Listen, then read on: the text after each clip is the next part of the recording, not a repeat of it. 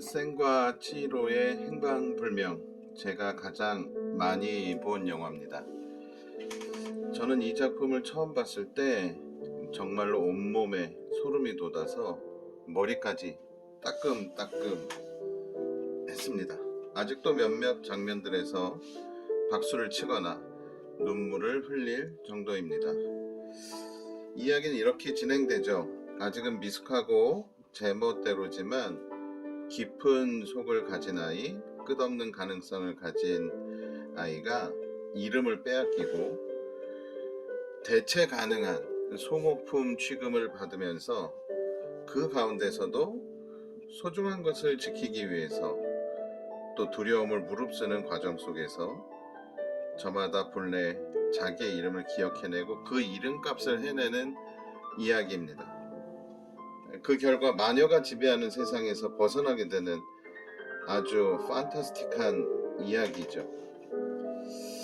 그럼 현실을 사는 나는 천길의 깊이를 간직한 치히로로 살고 있는 것일까요? 아니면 소모적 존재의 대명사인 센으로 살고 있는 걸까요?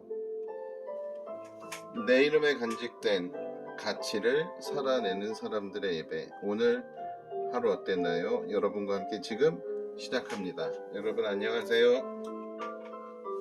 반갑습니다. 네, 오늘은 센과 치히로 OST로 시작을 해보았습니다. 오늘 다니엘 1장을 가지고 이름값이라는 주제로 말씀을 나눠보려고 하다 보니까 이 곡과 이 영화가 떠올라서 자연스럽게 오늘 오프닝을 이렇게 맞춰서 좀 해보았습니다. 특별히 지난 한 주가 우리 사회에 너무나 큰 또 참사가 있었기 때문에 우리가 이렇게 돌아가는 세상을 어떻게 바라보고 또 그 가운데서 어떻게 소망을 찾을 수 있을 것인가 라는 측면에서 좀 겸손하게 좀 같이 자중하는 가운데 묵상하고 또 길을 찾아보려고 합니다. 배경은 다니엘서 1장이고요. 다니엘서 1장을 가지고 거기 전체적인 구조적인 메시지를 살펴보고 그 가운데서 일하시는 하나님 어떤 분인가 라는 것을 좀 살펴보려고 합니다. 앞서 소개해드린 센과 치히로의 행방불명, 그 영화에 등장하는 주인공 치히로의 이름은 천길의 깊이라는 뜻이라고 해요. 혹은 끝없는 깊음, 저는 그것을 가능성이라고 보고 있는데, 그래서 이름을 이 마녀가 뜯어내는 장면이 아주 소름이 돋을 정도로 기가 막힌 백미의 한 부분인데요.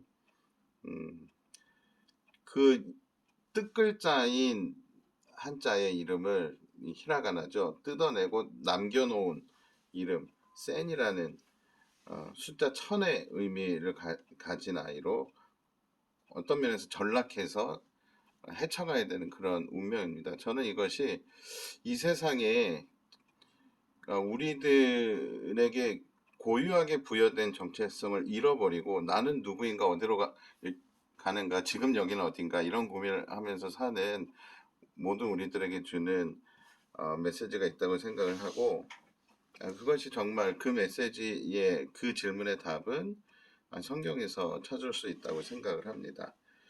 그럼 오늘 본문에 등장하는 여러분 다니엘 1장에 나오는 주인공 네 사람 다니엘, 하나냐, 미사엘 그리고 아사랴라는 이 친구들도 역시 이 이스라엘 민족들도 이름의 뜻이 되게 중요한 민족이었어요. 그렇기 때문에 그 이름에 담겨있는 뜻들을 우리가 잘 살펴보는 것은 성경의 저자의 의도를 파악하는 데 되게 유리한 고지가 됩니다. 그래서 다니엘의 이름을 보시면 나의 하나님은 심판자시다라는 뜻인데 이것은 또 살짝 순서만 바꿔도 진정한 심판자는, 진정한 주관자는 나의 하나님이시다. 이런 뜻으로 우리가 볼 수 있습니다. 하나냐는 여호와는 은혜로우시다라는 뜻이고, 미사엘은 하나님 같은 분이 누구인가 라는 뜻이며, 아사랴는 여호와는 나의 도움이시다라는 이름을 가진 이스라엘 백성들이었습니다. 그런데 이 친구들이 잡혀가서 바벨론의 통치자들의 손 아래 가서 어떻게 취급을 당합니까? 이름을 빼앗깁니다. 그리고 이름이 뒤바뀌어요. 이것은 우리가 우리 역사적으로도 경험했던, 계명을 해야 했던 그런 치욕의 역사가 있는데, 그러한 일을 겪고 있는 것이죠.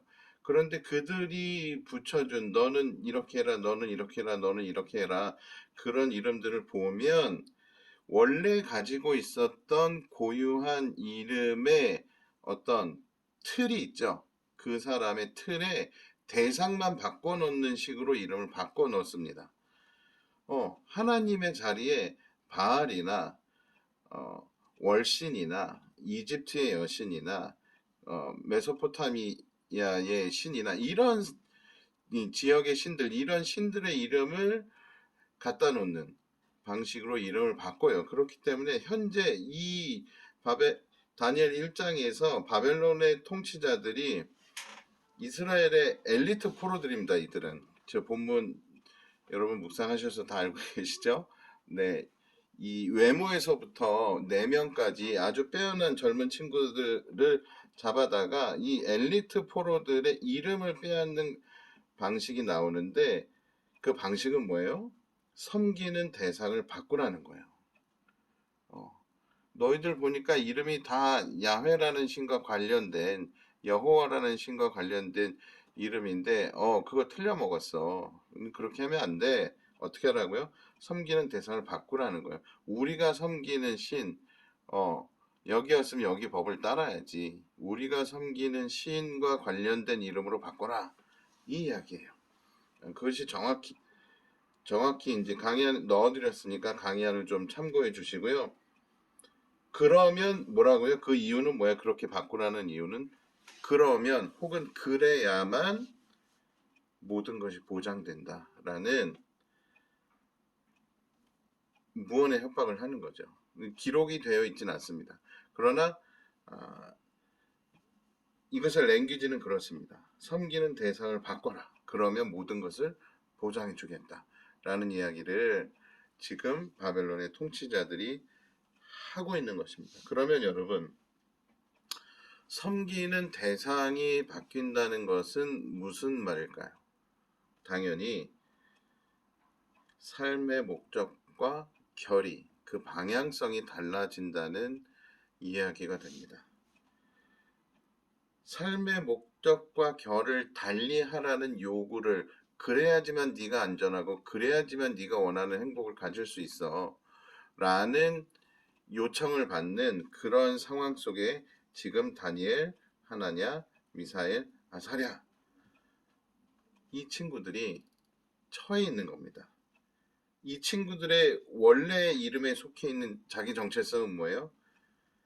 진정한 심판자는 나의 하나님 뿐이다 라고 고백하는 친구들, 여호와는 은혜로운 분이다 라고 생각하는 친구들, 하나님 같은 분이 없다라고 고백하는 사람들, 여호와는 나의 도움이시다 라고 말하는 사람들에게 바벨론의 통치자들이, 세상의 통치자들이 무엇을 요구하는 거예요?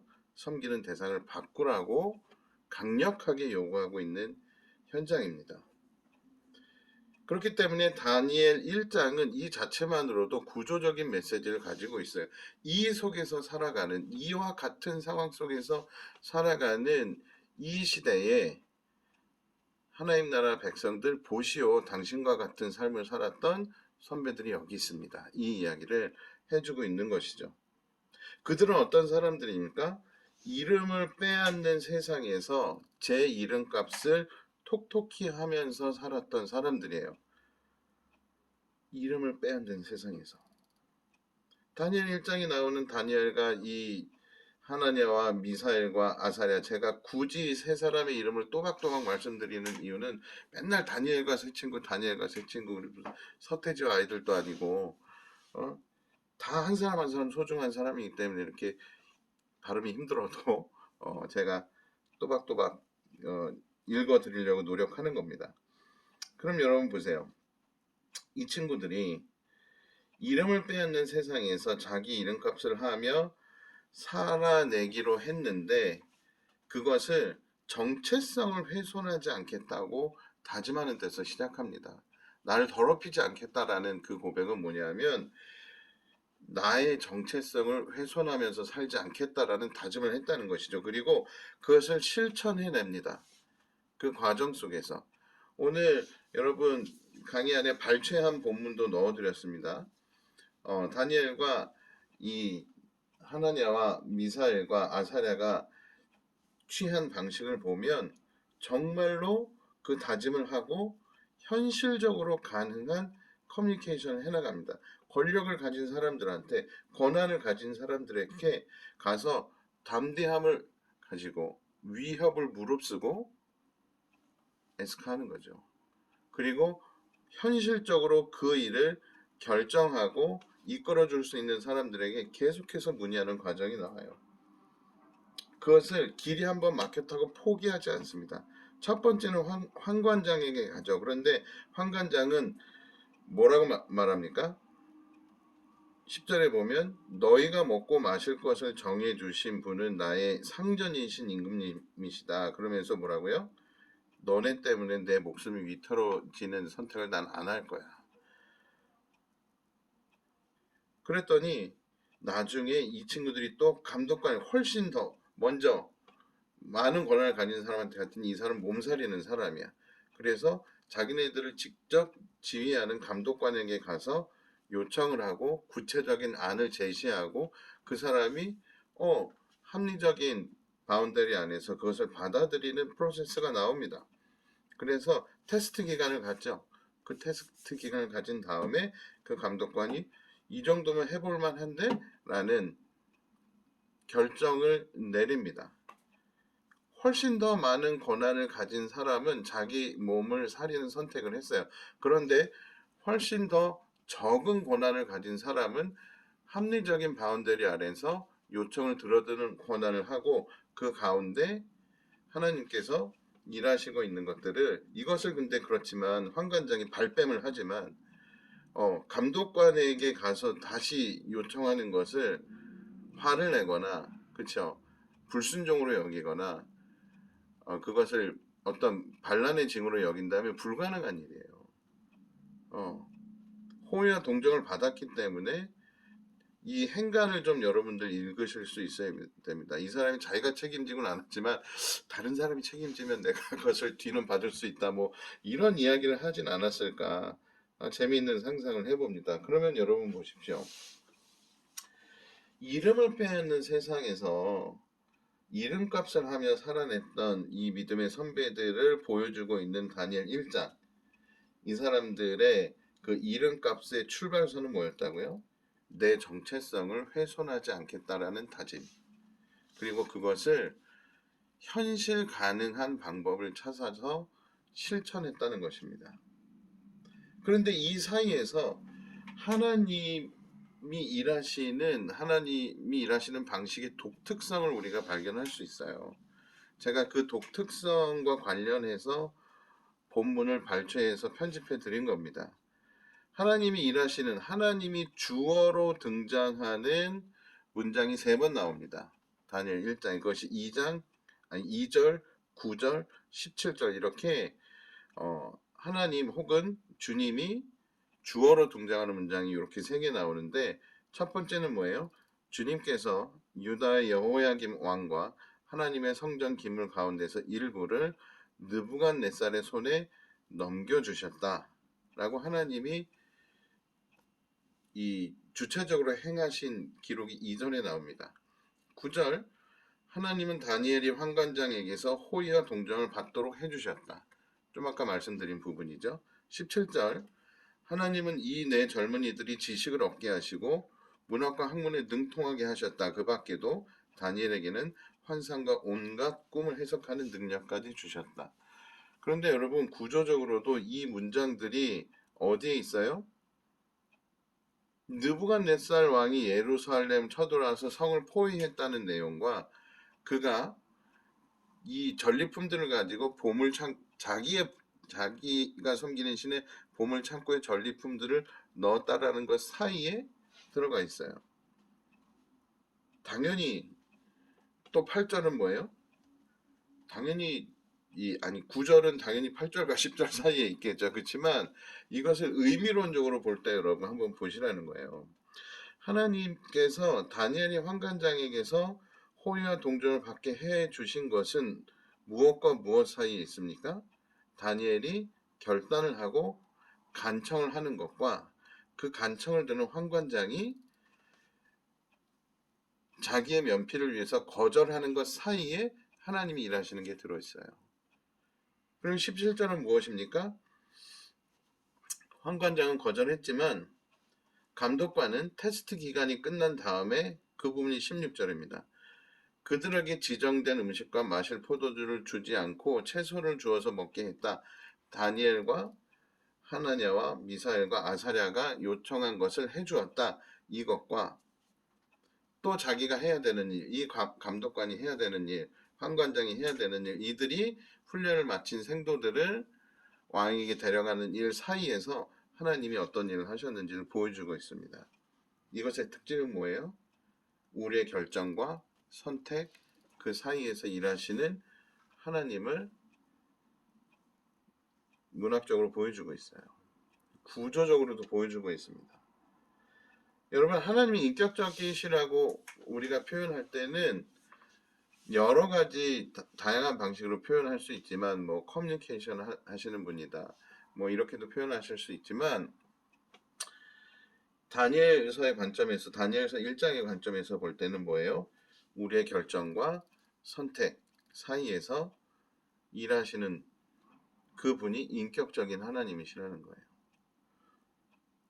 성경 어떤 세계관을 가지고 있습니까? 하나님이 이 세상이 창조주시고 구원자시며 동시에 심판자시라는 세계관을 가지고 있죠. 그런데 그분이 인격적인 이유는 그 모든 능력을 가지신 분이 피조물들의 결정과 선택 사이에서 일하시는 독특성을 가지고 있다는 거예요.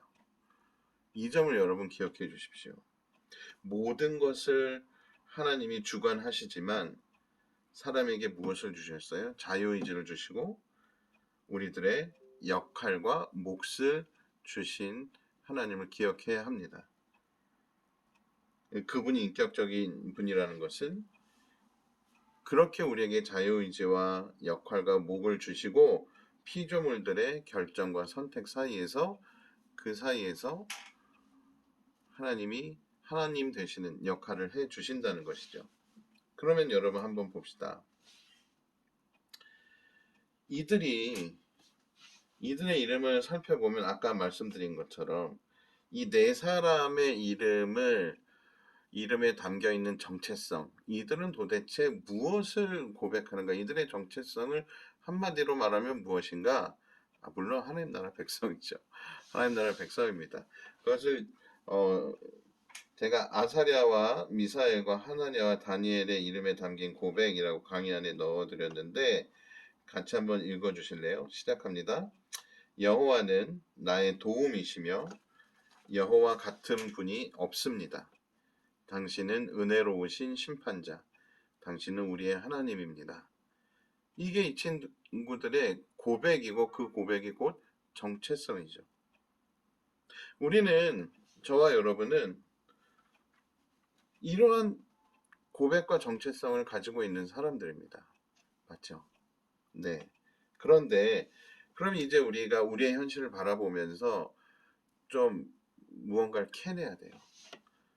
그럼에도 불구하고 우리의 정체성이 이렇게 분명하고 선명한 정체성이 있음에도 불구하고 과연 무엇이 우리의 이름을 빼앗고 있는가? 혹은 무엇이 우리의 이름을 나 스스로 바꾸게 하고 있는가를 좀 살펴봐야 합니다. 무엇이 우리가 정말 하나님이 나의 도움이시라는 이 고백을 빼앗습니까? 하나님 같은 분이 없다라는 고백을 누가 앗아갑니까?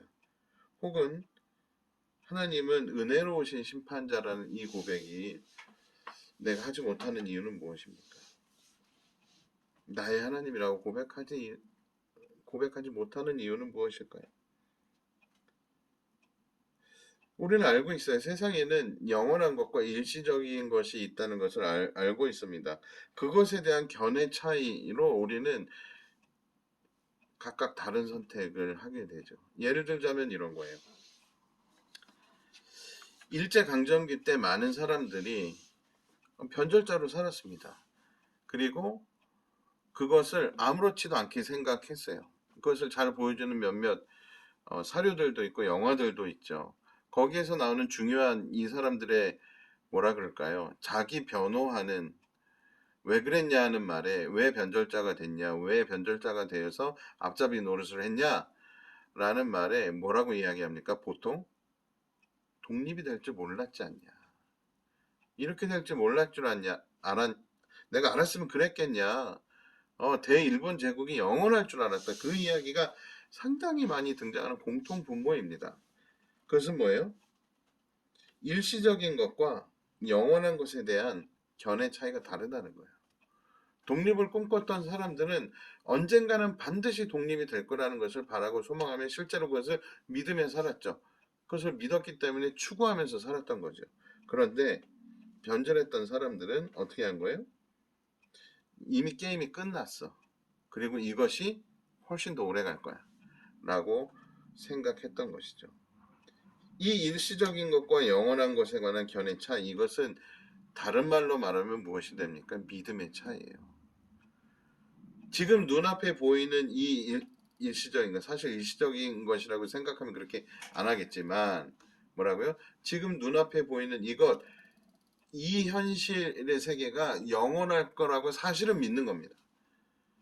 그렇기 때문에 아무렇지도 않게 원래 우리에게 주어진 성경의 세계관에 의하면 하나님 손으로 지어진 하나님의 숨결을 간직하고 만들어진 그 고유한 정체성을 아무렇지도 않게 버릴 수 있는 거예요. 왜요? 지금 눈에 보이는 게 전부고 이것이 영원할 거니까. 내가 찰나를 살아도, 물론 죄송합니다, 불교고, 내가 유한한 삶을 살아도 이것이 전부고 이것이 영원할 거니까 이걸 선택해야 돼. 여기에서 안정과 행복을 추구하면서 사는 게 전부야 라고 생각하는 거예요. 근데 사실 그것은 무엇이라고요? 믿음이라고요. 아니요, 그렇지 않아. 영원한 것이 있어. 진리가 있어. 하나님이 계셔. 그 하나님이 다시 오셔서 이 모든 혼란을 바로 잡으실 거야 라는 그 믿음과 그렇지 않다라는 두 신념과 신념의 공존입니다. 그 사이에서 우리를 살아가는 거예요. 무엇이 우리의 이름을 빼앗거나 스스로 바꾸게 만드는가? 그것은 일시적인 것과 영원한 것에 대한 견해 차이인데 이것은 쉬운 말로 하면 믿음의 차이라는 것이죠. 우리의 믿음이 무엇을 믿느냐가 이것을 결정합니다. 그리고 이 세상은 우리가 지금 온몸으로 겪고 있는 것처럼 안전이 필요한 세상이에요. 근데 그 안전이 실은 개런티 되지 않죠. 세상은 뭐라고 말하니까 바벨론의 통치자들은 뭐라고 말하니까 네가 섬기는 대상을 바꾼다면 너의 삶의 안정과 안녕과 모든 행복을 개런티해 줄 거야. 그런데 그렇지 않다는 것을 우리는 이러한 끔찍한 사고가 있을 때마다 확인하게 됩니다. 우리가 그 논리대로 살아가면 세상이 훨씬 더 발전하고 역사가 진보하고 사람들이 훨씬 더 이 세상을 나은 세상으로 만들어갈 거라고 생각하지만 그렇지 않다는 것을 우리는 목도하면서 살아갈 수밖에 없어요. 그럼에도 불구하고 그것밖에 답이 없기 때문에 혹은 그것이 영원할 것이라고 믿기 때문에 어떻게 살아가요? 안정과 행복을 추구하면서 살아가죠. 그 안정이 필요한 세상에서 이런 게 행복한 거야. 이렇게 사는 게 행복한 거야. 라는 기준을 가지고 살아갑니다. 그것에 대한 견해 차이가 또 생겨요. 근데 그것은 실은 뭐예요? 두려움이에요. 그렇게 살지 않으면 이 바벨론의 통치자들이 주는 그 안정성을 얻지 않으면 내가 안전하지 못할 거라는 두려움. 남들이 하는 것을 다 하면서 살지 않으면 내가 행복하지 못할 거라는 두려움, 그 두려움에서 살아가는 거죠. 그러면 보십시오. 이 안정과 행복에 대한 기준의 차이는 사실은 우리 제일 밑바닥에 있는 내가 정말로 무엇을 두려워하느냐, 그 문제라는 것이에요. 우리 이것을 그러나 가지고 있습니다. 누구나 가지고 있어요. 이 세상이 돌아가는 기본적인 원리가 있고 논리가 있잖아요. 그렇죠? 공식이 있습니다. 그런데 내가 그 공식을 따르지 않고 그것을 배제하고 그것을 요구하는 세상에게 네가 섬기는 대상만 바꾸면 모든 것이 보장될 거야 라고 말하는 그 통치자들에게 아니 나 그렇게 살지 않을 건데 라고 얘기하는 순간 내 안전이 보장되지 않으면 어떡하나, 내가 행복을 누리지 못하면 어떡하나, 이 두려움에 사실은 시달리는 것이죠. 그러면 여러분, 그 믿음과 그 두려움을 극복하는, 다른 것을 믿고 다른 것을, 하나님이 아닌 다른 것을 믿고 하나님이 아닌 다른 것을 두려워하는 이것을 어떻게 극복할 수 있을까요? 그것을 극복하고 우리가 하나님 나라 백성으로서 정말 당당히 우리들의 제 이름값을 제대로 하면서 살아내기 위해선 두 가지를 점검해야 합니다. 첫 번째, 나는 누구인가요? 근데 그냥 myself, 나는 누군가, 그게 아니고요. 나에게 하나님에 대한 어떤 고백이 있는가, 나는 하나님을 누구라고 고백하는 사람인가에 대한 점검이 있어야 됩니다. 누구처럼요? 다니엘처럼, 하나냐처럼, 미사엘처럼, 아사랴처럼 하나님을 어떤 분으로 고백하고 섬기는가, 그것을 점검해 보셔야 돼요. 두 번째, 나의 결정과 선택들은 과연 어떤 믿음 혹은 어떤 두려움에 기인한 것인가를 살펴보셔야 됩니다. 점검하셔야 돼요. 그리고 거기에서 여러분 어디까지 가셔야 돼요?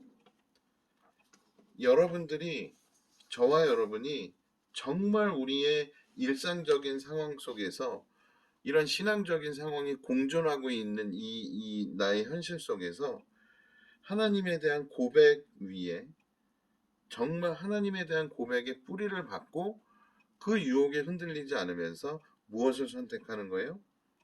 섬기는 대상을 바꾸지 않는 선택을 하는 겁니다. 어떠한 가운데 여러분 보세요. 이 다니엘 1장에서는 이 내 친구 말고 하나님도 등장하지만 누구도 등장해요?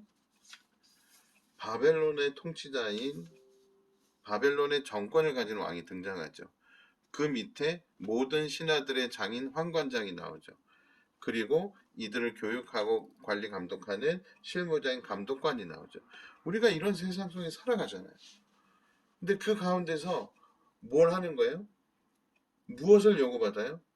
너 이름을 바꿔, 너 정체성을 바꿔, 너의 안정과 너의 행복을 위해서 그것이 보장되는 삶의 방식을 가지고 살아야지. 뭐 하는 짓이야? 그런 요구를 받아요.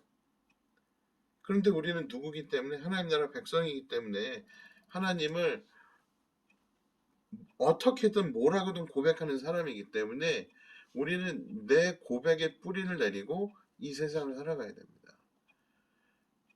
이게 독특한 거예요, 여러분.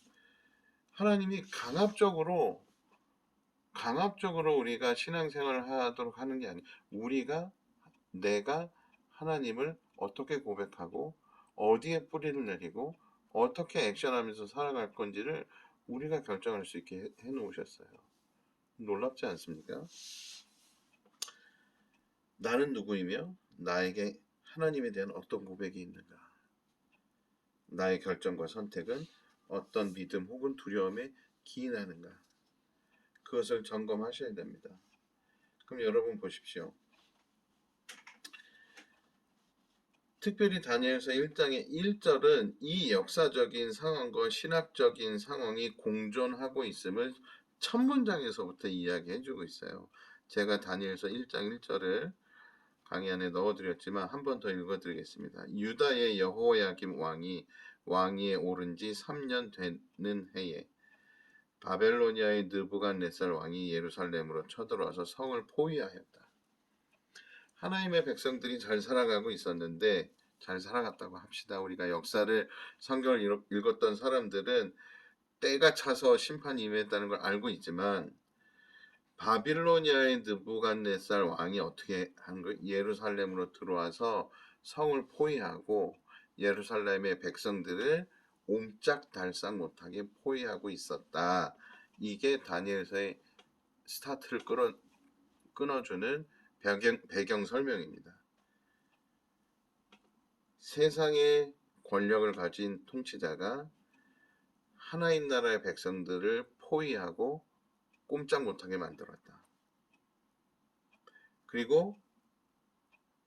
그런데 그 상황에서 하나님이 어떻게 일하셨어요? 그 대세가 기울게 하셨어. 그리고선 2절 끝에 보면 그렇게 해서 느부갓네살은 그 전쟁에서 이긴 뭐예요? 전리품을 자기가 섬기는 신의 신전으로 가져가서 그 신의 보물 창고에 넣어두었어요. 여러분, 고대 전쟁에서 상대방의 신전에 있는 물건을 가져다가 자기네 신전에다 넣어둔다는 이야기는 이 신이 이 신을 잡수셨다는 뜻이에요. 잽도 안 된다는 이야기예요. 하나님이 그런 수모를 당하는 일까지 오케이 오픈해 놓으셨다는 거예요. 그럼 이들이 볼 때는 누가 이긴 거예요? 바빌로니아의 신이 이긴 거예요. 그렇기 때문에 세상이 뒤집어진 거죠. 그렇기 때문에 어떻게 생각할 수밖에 없어요? 그게 영원할 거라고 생각할 수밖에 없죠. 그렇기 때문에 섬기는 대상을 바꾸고 이름을 바꾸고 이름을 빼앗겨도 또 내지는 이름을 스스로 바꾸고도 살아가고 있는 거죠. 살아갈 수 있는 거죠. 그런데 오늘 다니엘 1장 무엇을 말해줍니까? 하나님이 그 사이에서 이 엄연한 현실 속에서 피조물 우리가 하나님의 백성인 우리가 결단하고 선택하고 결정하는 그 사이사이에서 하나님이 일하신다는 것을 오늘 다니엘서는 보여줍니다. 여러분, 우리가 살아가는 세상은 어떻습니까? 안전에 관한, 행복에 관한 믿음이 사실은 헛되다는 것을 직면해야 하는 고통 속에 지금 온 대한민국이 패닉에 빠져 있습니다. 그렇죠? 안전할 거라고 생각했던 곳에서 참사가 일어나요. 거기에 가면 행복을 누릴 수 있을 거라고 생각했던 곳에서 황망함을 경험합니다. 이게 누구의 책임인가? 여러분, 이거 옥신각신 하려면 끝도 없을 거예요. 근데 이 가운데서 조심스럽게 우리가 발견해야 되는 것이 있다면 그것은 무엇일까요? 우리가 추구하는, 우리가 바라는 안전에 관한, 행복에 관한 믿음이 사실은 헛된 것이라는 측면을 적어도 그리스도인들은 해내셔야 합니다. 그러면서 우리에게 뭐라고, 너의 삶의 방향성을 어디에 두라고 이야기해주는 제국입니까? 이 시대는? 이 시대의 바빌로니아는 뭐예요? 소비하면서 살아가라고, 너의 삶의 결을 그렇게 맞추라고 종용하는 바빌로니아입니다. 센과 치료에서 이야기하는 것처럼 소모하는 존재로, 소모되는 존재로 살아가라고. 이게 여러분, 이 시대의 자본주의와 결합되면 어떻게 표현할 수 있냐면요, 소비하면서 소모되는 존재로 살아가라. 그게 행복이야. 그렇게 살면 안전할 수 있어. 돈을 쌓아두고 그것을 소비하면서 살아. 어떻게 되더라도 너는 소모되더라도. 그게 웰빙이야. 그게 욜로야. 그 이야기를 해주는 거죠. 그러면 된다고 하는 제국의 논리를 따라서 사실 겁니까? 오늘 성경은 그 질문을 하고 있어요. 안전에 관한, 행복에 관한 믿음이 헛된 이 세상 속에서 지금 모두가 겪고 있는 이 황망함 속에서 적어도 하나님 나라의 백성들은 하나님에 대한 자기 고백에 뿌리를 박은 채로 그 정체성을 훼손시키지 않겠다는 다짐을 하고 다짐을 하면서 현실적인 방법들을 찾아내셔야 합니다. 여러분들이 할 수 있는, 제가 할 수 있는, 우리가 할 수 있는 현실적인 방법들을 찾아냈으면 좋겠어요. 그래서 빈칸을 넣어드렸어요, 여러분. 오늘 말씀 여기까지만 할 겁니다. 강의 안에 제가 설계 골자들도 다 넣어드렸어요. 오늘 이 시간 묵상하시면서 정말 이 고통스러운 세상 속에서 우리가 어떻게 살아가야 하는지, 무엇을 다짐하고 실천해야 하는지 오늘 묵상하고 그것을 찾아내시는 오늘 하루 어땠나요? 우리들의 예배가 되었으면 좋겠습니다. 네, 그러면 오늘 준비한 엔딩곡 계속 틀어드릴 거예요, 여러분. 엔딩곡은 계속 5분 정도 되는 곡을 틀어드릴 테니까 계속 묵상하시고 기도해 주셨으면 좋겠어요. 어떤 세상 속에서 섬기는 대상을 바꾸라고. 그래야 안전과 행복이 보장될 거라고 말하는 세상 속에서 나는 어디에 뿌리 박고 살아갈 건가? 어떻게 고백하며 살 건가? 그 고백을 훼손시키지 않기 위해서 무엇을 선택할 건가? 그러면 그 선택과 선택 사이에서 하나님이 일하여 주실 겁니다. 그 믿음으로 오늘을 또 내일을 사는 저와 여러분들이 되었으면 좋겠습니다.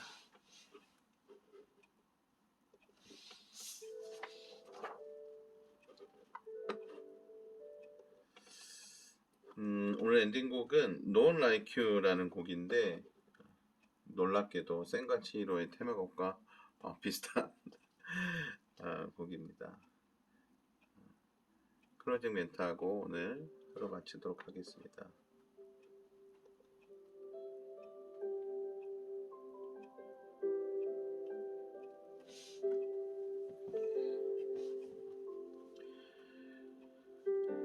다른 것을 섬기라고, 그러면 안전할 거라고 속이는 세상 속에서 소모되는 존재임을 잊기 위해서라도 소비하며 살아가라는 깨어진 세상 속에서 당신의 이름을 불러봅니다. 우리와 함께 계시는 하나님, 우리의 구원자 되시는 예수. 실은 나보다 먼저 당신께서 이름값을 해내셨으니 당신의 값어치 새기고 살겠습니다. 우리의 이름값 해내며 살겠습니다. 아멘.